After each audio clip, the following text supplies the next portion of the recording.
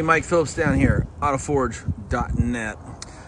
Just a couple of tips. One, anytime you're going to do the wheel cleaning, I always tell people to start at the wheels first, then move up to the top and work your way down. You need a bare minimum of just a few tools. And as you can see here, I've got the Woolies face wheel brush, my favorite wheel cleaning brush. You know, this is just a round detailing brush to get into the lugs. Just a short bristle tire brush. The short bristles are better for scrubbing. And then one of the flexible wheel brushes to get in between all the spokes and basically get the barrel clean. Of course, a water sprayer. Then you need high quality wheel and tire cleaners. For this, I'm using the McKees Gentle Wheel Cleaner.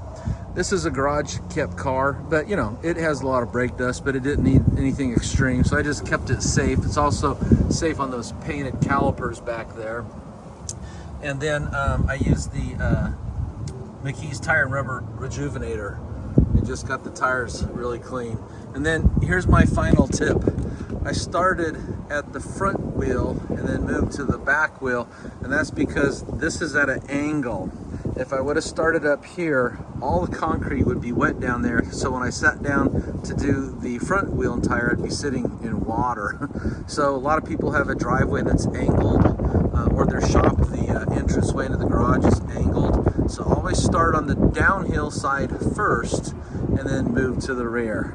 And that's all I really got for you. But I'll tell you, you know, quality brushes, quality products make the job faster and cleaner and add to the overall end results. And you can get all these products at Autoforge.net.